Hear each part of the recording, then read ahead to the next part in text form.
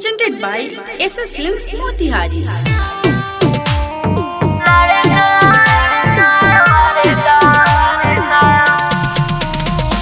Music by Mantu Mani.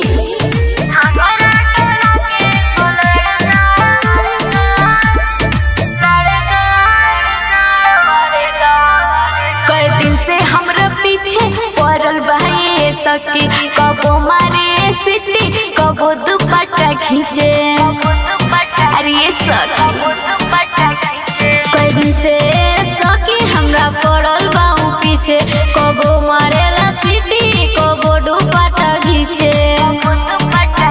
जब झाड़ के बोली तो भागे फरका, अरे फरका हवे हमरा टोला के गो लड़का, हवे हमरा टोला के गो लड़का। लाइन मारेला छौड़ा सवर का, हवे हमरे टोला के गो लड़का।